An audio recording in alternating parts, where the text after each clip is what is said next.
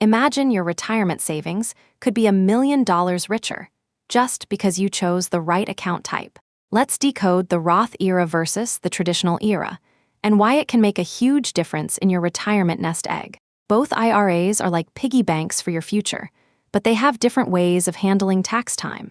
With a traditional era, you put in pre-tax money. Imagine it's like getting a discount on your savings now, but paying taxes later. In contrast, the Roth era is all about post-tax contributions. You pay Uncle Sam first, then watch your savings grow tax-free. Here's the kicker. If you're in a lower tax bracket now than you expect to be in retirement, the Roth era could save you thousands. Let's debunk a common myth: the idea that choosing between these accounts is just about your current tax rate. It's also about growth potential.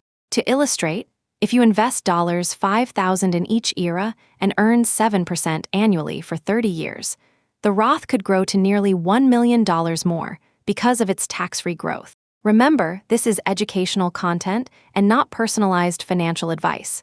Your unique situation matters.